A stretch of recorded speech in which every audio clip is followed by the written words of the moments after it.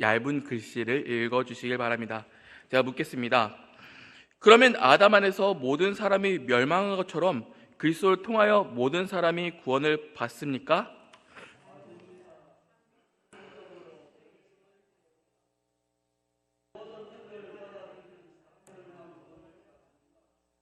참된 믿음이란 무엇입니까?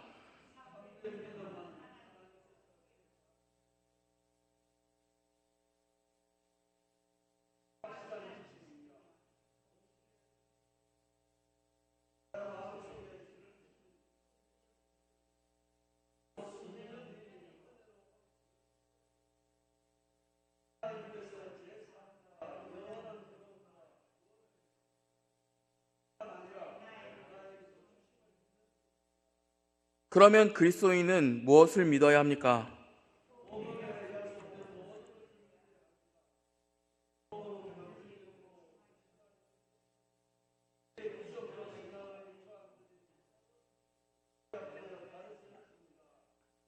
아멘. 우리는 지난 말씀을 통해서 하이델베르크 이 신문이 구원에 관한 진리를 분명하게 따지고 있음을 살폈습니다. 예수님께서 우리를 구원하신다. 예수님의 구원의 번위는 어떠한가를 묻게 됩니다. 아담 안에서 모든 사람이 멸망한 것처럼 그리스도를 통하여 모든 사람이 구원을 받습니까? 이 물음에는 세 가지 답을 줄 수가 있습니다. 하나는 모든 인류가 구원을 받는다, 또는 모든 종교에 구원이 있다라는 주장입니다. 아담의 결론은 아담이니 이제 예수님 시대의 결론은 예수님이니 아담에게서 난 모든 인류가 죽음에 처한 것과 같이 예수님의 시대의 모든 인간은 모든 종교는 구원에 이르게 한다라는 주장입니다. 이는 종교연합등지에서 나오는 구원관이라고 하죠. 대표적으로 WCC가 있으며 그에 따르는 교단들도 이러한 주장에 어느 정도 동조하기도 합니다. 이 구원에는 치명적인 오류가 담겨져 있습니다. 이들 모두는 예수 그리스도의 공로가 실제적으로 필요가 없는 종교들이기 때문입니다. 구원은 세상을 창조하신 모든 인류의 주권자이신 하나님으로부터 나와야 합니다. 구원의 권한은 분명히 하나님께 있습니다. 우리가 구원받는다라고 말한다면 우리는 하나님과의 깨어진 관계가 회복된다라는 것을 전제로 담보해야 됩니다. 종교연합, 모든 종교에 구원이 있다고 주장하는 이들에게 주권은 하나님께 있지 않죠. 즉 각자 자신과 자신의 뜻과 자신의 마음에 있습니다. 하나님께서는 하나님과의 관계 회복에 대해서는 다른 것으로 회복될 수 있다라고 하지 않으셨습니다.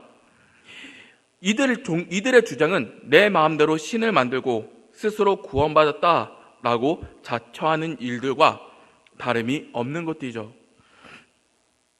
두 번째로는 아르미니우스주의라는 것입니다. 아르미니우스의 주장은 크게 두 가지 문제점을 가지고 있죠. 첫째로는 그리스도의 죽으심으로 주어진 죄 씻음의 효력과 실제 죄 씻음을 받은 사람들이 일치하지 않습니다. 아르미니우스는 그리스도께서 완전한 죄 씻음의 효력을 베푸셨다. 그러므로 이 죄 씻음을 붙들기만 한다면 반드시 구원받는다라고 말합니다. 이 말은 그럴듯하게 들리지만 이 주장에는 심각한 문제가 있습니다. 그리스도께서 완전한 속죄를 베푸셨는데 모든 사람이 다 구원을 받지 않는다는 데 문제가 있습니다. 그리스도의 피는 완전한데 사람이 그것을 선택하지 않았기 때문에 구원을 못 받는다는 것이죠. 결국 그리스도의 구속이 그저 원리상 사람을 구원해 주시는 것이고 실제로 사람을 구원하는 것은 그것을 선택하는 사람에게 주어졌다라는 것입니다. 즉 아르미니우스 주의에는 그리스도의 구속의 효력이 사실은 있으나 마나입니다. 결국 말로는 그리스도의 죽으심으로 주어진 효력이 완전하다라고 하면서도 이것 자체로는 아무도 구원하지 못합니다. 그리스도의 구속이 완전한 게 무슨 소용이 있을까요? 내가 붙들지 않으면 아무런 효용이 없는데요. 결국 핵심은 그것을 선택하느냐 선택하지 않느냐의 여부에 달리게 됩니다. 이것은 그리스도의 십자가 구속이 가진 효력을 내가 선택하지 않으면 완전히 무효화될 수 있다라고 하는 것이죠. 그리고 둘째로는 아르미니우스 주의자들의 선택하느냐 선택하지 않느냐를 철저히 인간 스스로가 그것을 선택하느냐 선택하지 않느냐에 달려 있다고 봅니다. 아르미니우스 주의자들은 인간의 전적인 타락을 믿지 않습니다. 겉으로는 완벽한 타락, 인간은 철저하게 타락했습니다 라고 말할 수는 있으나 그 본성에서는 내가 선을 선택할 수도 있고 하나님을 택할 수도 있다라는 그 가능성을 남겨두고 있다라는 것을 살필 수 있는 것이죠. 그리스도를 선택하고자 하는 의지가 남아있어서 자발적으로 그리스도를 선택할 수 있다라고 얘기합니다. 우리의 신앙 고백은 도르트 신경과 개혁주의자들은 사람이 전적으로 완전히 타락했기 때문에, 전적으로 타락했다라고 하는 것은 나에게 또 우리에게 믿음과 구원을 선택할 수 있는 능력 자체가 없다라고 말을 하였기 때문에 우리의 선택이 상관없이 우리는 우리 스스로 구원을 얻을 수 없다라는 것이 우리가 주장하는 구원론입니다. 사람이 전적으로 타락했는데 어떻게 선한 그리스도를 택할 수 있을까요? 관역을 100번 향해 던져도 한 번도 예외 없이 정확하게 100번 다 관역을 빗나가는 것이 타락한 인간입니다. 우리는 전적으로 사람이 타락했다라고 믿고 우리가 받은 이 구원조차도 타락한 인간이 구원을 선택할 수 없기 때문에 온전한 하나님의 주권적 은혜에 따라서 우리가 구원을 받는다라고 얘기합니다. 그러기에 우리가 말하는 것의 가장 큰 기초는 오직 그리스도, 오직 하나님의 은혜라고 하는 것으로 치우쳐져 주장할 수밖에 없는 것이죠. 사람들이 보기에는 치우쳐졌다, 그들만의 주장이다 라고 말하겠지만 우리는 이것이 가장 성경적이라고 말을 하고 있습니다.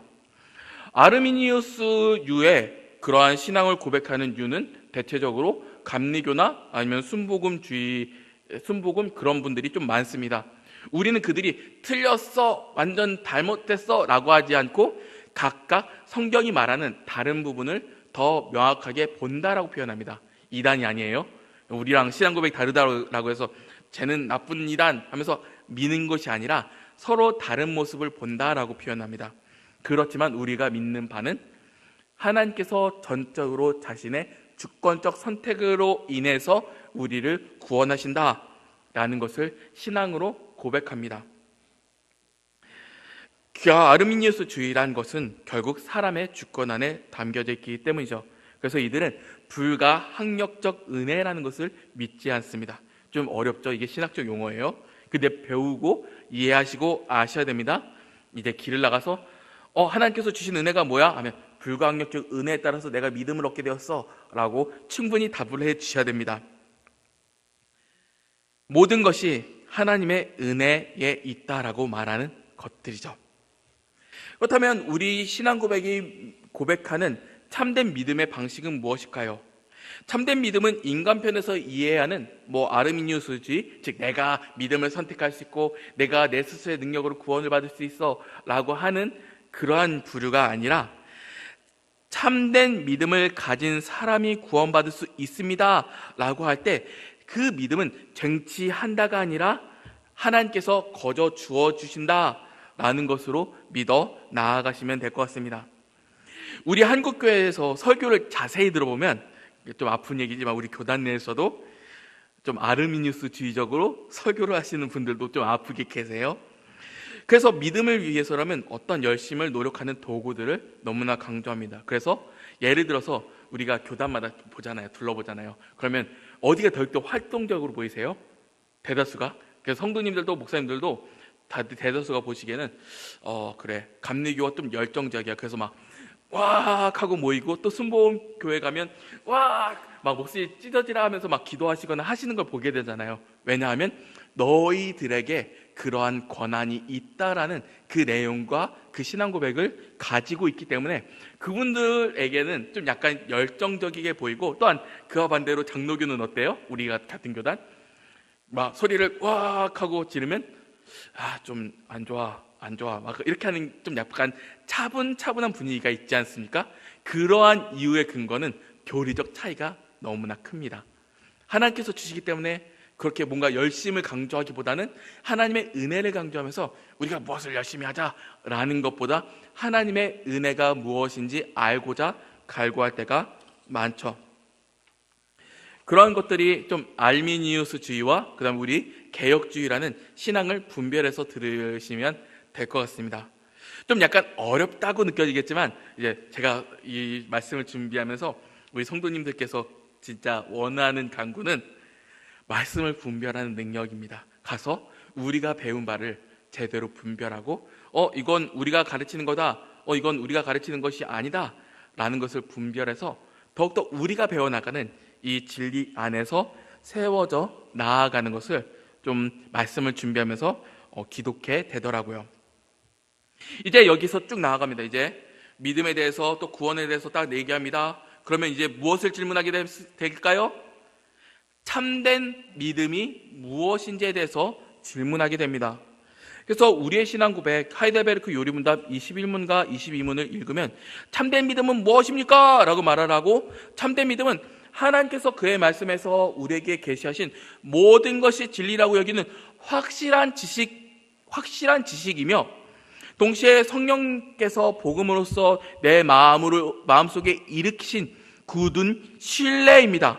곧 순전히 은혜로 오직 그리스도의 공로 때문에 하나님께서 제사함과 영원한 의로움과 구원을 다른 사람들 뿐만 아니라 나에게도 주심을 믿는 것입니다 라고 얘기했을 때 참된 믿음을 딱 두 가지로 요약할 수 있죠. 무엇일까요? 하나는 확실한 지식이며 두 번째는 굳은 신뢰라고 합니다. 이 두 가지가 참된 믿음의 과정 중에서 너무나 중요한 것이죠. 한번 여기서 제가 성도님들께 좋은 우리가 가르치는 진리와 그렇지 않은 진리를 분별하도록 한번 약간 연기 좀 해볼게요. 과거에 한번 제가 워낙 열심히 있어서 설교를 들어갔습니다. 그때 목사님이 탕탕 치면서 믿어라, 믿음이 있어야 한다, 믿음으로 이겨내야 된다, 무조건 믿어, 믿지 않아서 저렇게 인생이 꼬인 거야, 의심해서는 안 돼 라고 하는 것을 정말 많이 듣게 되는데, 이러한 신앙 고백류는 우리가 믿는 신앙 고백과는 좀 다르죠. 우리가 믿는 신앙 고백은 무엇을 요구해요? 확실한 지식을 요구합니다. 무조건 믿어, 의심하지 마라 라고 하는 것이 아니라 알고 믿으라 라고 하는 것들이 우리의 신앙 고백이죠. 제가 이걸 이전에 불교 경전을 제가 심심풀이로 한번 읽고 한번 해석하는 걸 봤어요. 해설서도 한번 사서 읽어봤는데, 불교라는 그 종교의 특징이 있습니다. 무엇일까요? 그래서 제가 승려분들 약간 책도 사서 한번 읽어보면 되게 단순합니다. 지식을 필요로 하지 않습니다. 그래서 제가 이전에 해민 그 스님 그분 것을 한번 찾아서 읽어보니까 여러분 좋은 마음을 가지십시오, 행복한 마음을 펴십시오. 아마 인터넷 검색을 해도 자세히 읽으면 지식을 요구하지 않는다는 걸 깨닫게 됩니다. 즉 여기서 말하는 무조건 믿어, 의심하지 마라, 그냥 받아들여, 감정으로 그래 행복하게 살아야 돼, 행복이 여러분 다입니다, 예수님께서 행복하게 해주십니다 라고 하는 것은 어떤 신앙이 가까울까요? 제가 말씀드린 것 같이 불교에 가까운 신앙이 가깝습니다. 맹신주의 그리고 지식을 건너뛰는 그러한 신앙주의가 생각외로 불교랑 많이 가깝습니다. 그래서 우리가 듣기에는 굉장히 좋은 이야기들, 여러분 행복해지셔야 됩니다, 웃으면 기분 좋아져요, 저기 꽃을 보세요, 꽃을 보니까 저도 너무나 행복하죠, 저 태양빛을 보세요, 너무나 기쁜 마음이 가득할 겁니다, 이런 류의 언어예요. 한번 인터넷 조금만 검색해서 찾아도 죄다 이런 표현밖에 없을 겁니다. 어떤 내용들이죠? 지식을 없애버리는 거예요. 우리의 신앙은 이렇게 무지한 것에서 벗어나서 확실한 지식을 요구합니다. 반지성적인 신앙 고백의 요구는 성경이 말하는 바가 아니라는 것입니다. 하나님께서 요구하는 믿음이 아니라는 것이죠. 과거 하나님의 말씀이라 여겼던 반지성주의적인 모양들이 하나님의 말씀이 아니라 하나님의 말씀에 반대되는 주장임에도 불구하고 하나님의 말씀처럼 포장되었다라는 것을 부인하지 못합니다.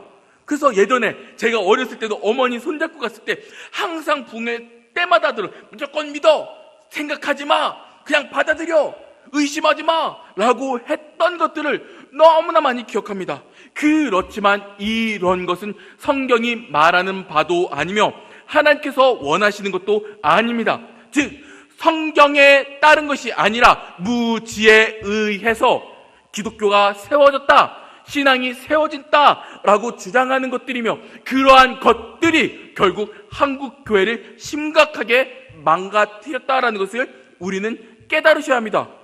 그래서 이 교회 저 교회 전국을 한번 떠돌아보십시오. 하나님에 대한 간단한 지식도 아는 성도를, 중직자를 찾기란 정말 어렵습니다. 그러면서 현상적인 모습을 보고 교회가 망가졌네, 교회가 끝났네 라고 말을 합니다. 왜요? 하나님을 향한 참된 믿음의 가장 큰 기초인 지식을 무시했기 때문입니다.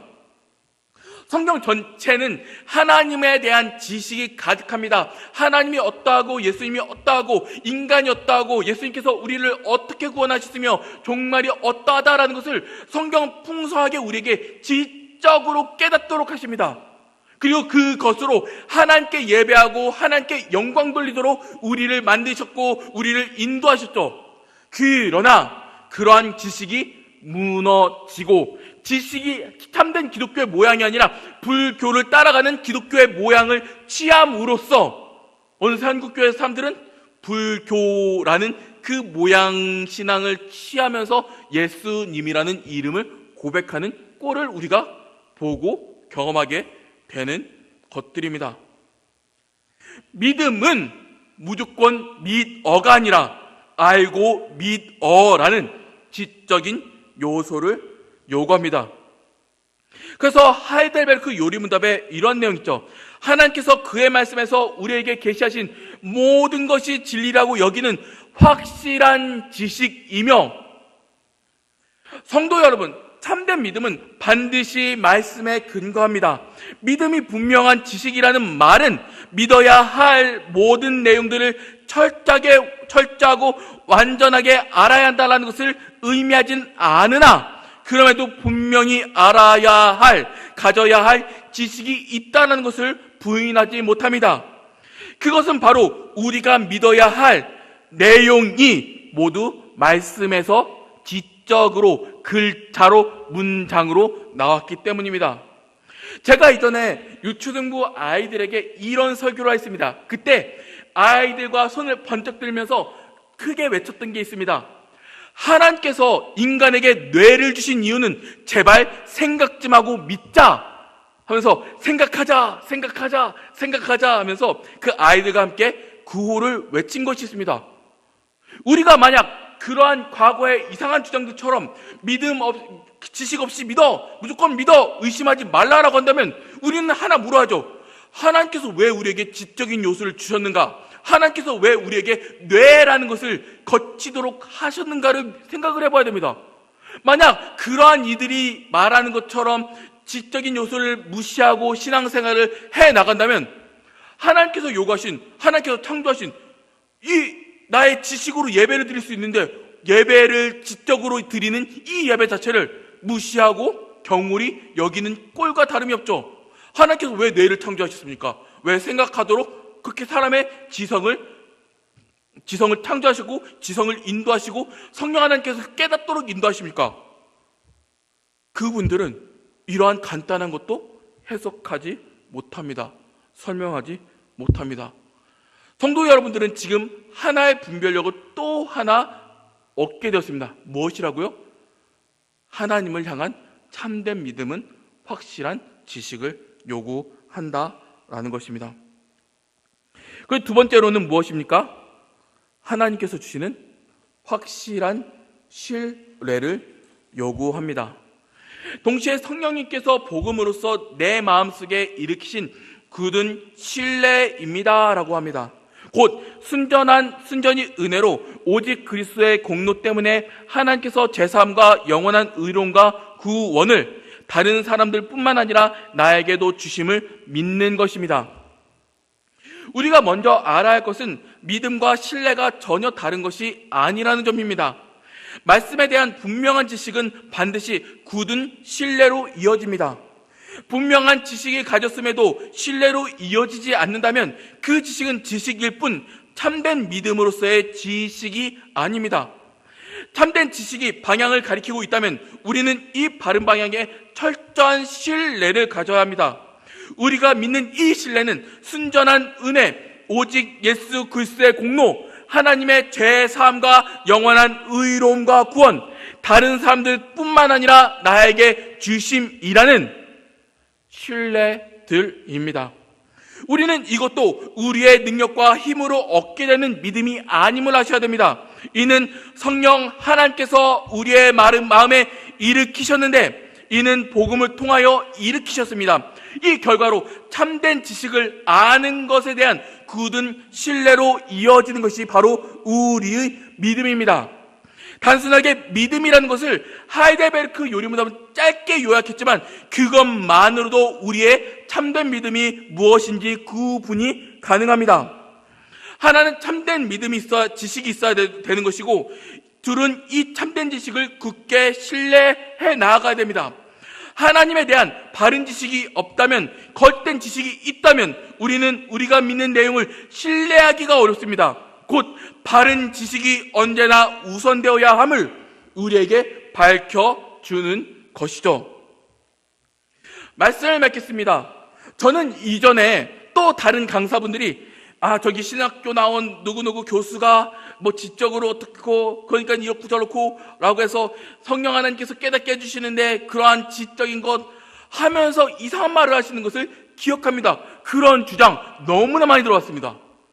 그러나 우리가 깨달아야 할 것은, 만약 이 성경이 지식으로만 남아있다면 우리에게 어떻게 될 것입니까? 우리에게 주어진 확실한 지식이라는 것은, 한번 돌아보시죠. 이것조차도 성령 하나님께서 믿게 하시는 과정을 분명히 거칩니다. 제가 성경 말씀을 막 열심히 연구합니다. 그리고 어떤 성도님들은 저렇게 연구하기보다는 기도를 더해서 영성으로 더욱더 특출나야지 라고 하시는 분들이 과거에는 너무나 많이 계셨습니다. 그러나 그 어른들이 간과했던 부분이 분명 있죠. 이 책을 성령 하나님께서 그 감동으로 쓰신 책이 성경입니다. 그리고 하나님을 하나님께답게 믿도록 하도록 인도해 주시고 깨닫게 해주시는 것도 성령 하나님의 사역입니다. 제가 예수님의 동정녀 탄생에 대해서 누가 말하는 학자들처럼 지적이다라고 하면서 따른다면 이 예수님의 동정녀 탄생을 저는 믿지도 못할 것입니다. 예수님의 기적과 예수님의 부활과 예수님의 승천에 대해서 지적이라고만 선을 긋는다면 저는 믿지를 못할 것입니다. 근데 어떻게 믿어지나요? 이 지식이 어떻게 믿어지나요? 성령 하나님께서 믿게 하지 않으시면 이 지식은 제가 소유할 수 없는 지식이 됩니다. 성경을 연구하고 성경을 성실히 보고 같이 함께 나누고 공부하고 같이 기도하는 것, 모든 것 자체가 성령 하나님의 역사인데, 과거 어른들이 얼마나 그것을 분리해서 지적인 것은 저기 성령 하나님께서 거부하시는 것이며 기도는 성령 하나님께서 주시는 영적인 것이다 라고 분리하면서 얼마나 많이 가르치셨나요? 부흥의 때도 많이 들었고, 어른들에게서도, 제가 함께 있었던 권사님들께서도, 또 장로님들께서도 그러한 주장을 얼마나 많이 하셨는지 아직도 기억합니다. 성경 깨닫게 하시는 분도, 성경 쓰신 분도, 그리고 이해케 하시는 분도, 또 그 안에서 성실히 성경을 연구케 하시는 분도 성령 하나님이십니다. 영적인 사역입니다. 만약 이것이 영적인 사역이 아니다라고 한다면 우리는 내 지식의 분별력 갖다가 이것은 말이 안 돼, 이것은 일어날 수 없어라고 하면서 거부하고 판단하고 나눌 것입니다. 그런데 어떻게 믿게 됩니까? 성령 하나님의 사역이 아니면 나는 믿지도 못합니다. 영적인 사역과 지적인 사역을 분리된 것이 아니라 성경 말씀을 연구하는 일과 가르치고 전하는 일, 그리고 기도하는 일 모두가 영적인 사역이 없이는 이루어질 수가 없는 것입니다. 제가 말씀을 전합니다. 말씀을 전하고 있는데 이 모든 것 자체가 아이고 김선민 목사님 또 지적으로 지식적으로 하고 계시는 것이 아니라 지금 이것조차도 성령 하나님께서 말씀을 이해케 하시고 이 이해된 것으로 전하게 하시고 전하게 한 것으로 여기 계신 성도님들을 듣게 하심으로써 이 안에서 성령 하나님께서 역사하시는 그 길을 우리는 경험하고 있습니다. 제가 다시 말씀드리지만 만약 제가 가르치는 것이 단순하게 성령의 영적인 사역이 아니라 단지 지적인 것으로만 멈춰 있다면 여러분 이것은 현실적으로 말이 안 되니까 믿지 마시고 이것은 있을 법한 일이니까 믿으시고 예수님께서는 도덕적으로 이렇게 사셨네요. 이렇게 사셨으니까 이것은 믿을만 합니다 라고 하면서 지적으로 분리하면서 영적인 일이 아니라 지적으로 가르는 일을 할 것입니다. 지금 이렇게 가르치고 전하는 일조차도 지식만 전하는 것이 아니라 성령 하나님께서 이 자리에서 저의 입술을 통해서 여시고 또한 여기 성도님들께 알도록 전하도록 분별하도록 깨닫게 해주시는 그 은혜에 있다라는 것입니다. 우리의 그 믿음을 한번 돌아보시길 바랍니다. 어떻게 하면 구원을 받을 수 있는가 묻는다면 오직 그리스도를 믿는 믿음으로 구원을 받습니다 라고 답을 합니다. 그리스도인 모두가 동의할 것입니다. 그러나 그 중요한 것은 그 믿음이 어떠한 믿음인가 하는 것입니다. 이는 먼저 하나님을 아는 지식에 근거해야 하는 지식과 신뢰입니다. 그리고 그 믿음은 어떠한 특이하고 특별한 믿음이 아니라 모든 교회가 고백하는 보편적 믿음이어야 합니다.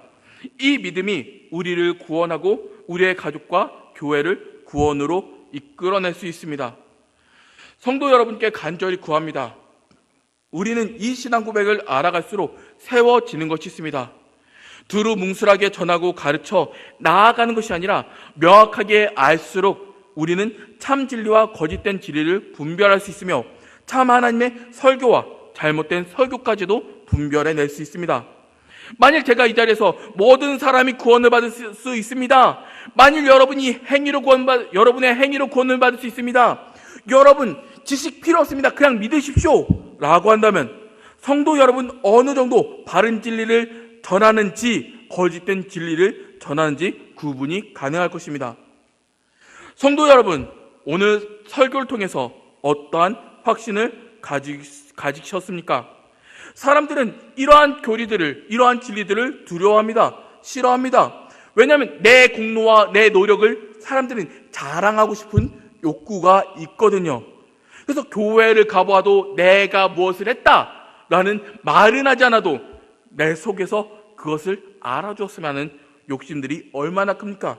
그래서 하나님께서 전적으로 구원해 주셨습니다 라고 하는 것처럼 귀한 은혜의 복음은 없으나 우리의 욕구는 나의 능력으로 내가 구원을 받았다라는 것으로 치부되기를 너무나 간절히 원합니다.